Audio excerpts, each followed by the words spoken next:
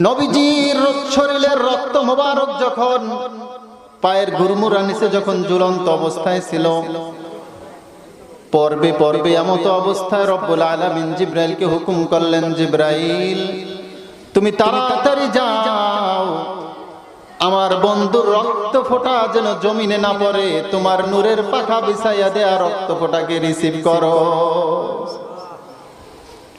ওই রক্ত যেন জমিনে না পড়ে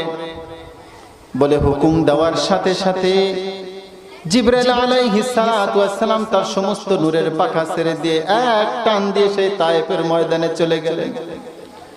আমি যেই জিনিসটা বুঝাতে চেয়েছি, যেই জিবরাইল আলাইহিস সালাতু ওয়াস সালাম এত দ্রুত চলতে পারেন, এত দ্রুত চলতে পারেন, এই যে কয়েকটা ইতিহাস শোনালাম সংক্ষেপে, এর দ্বারা কি বোঝা গেল? জিবরাইল আলাইহিস সালাতু ওয়াস সালাম তার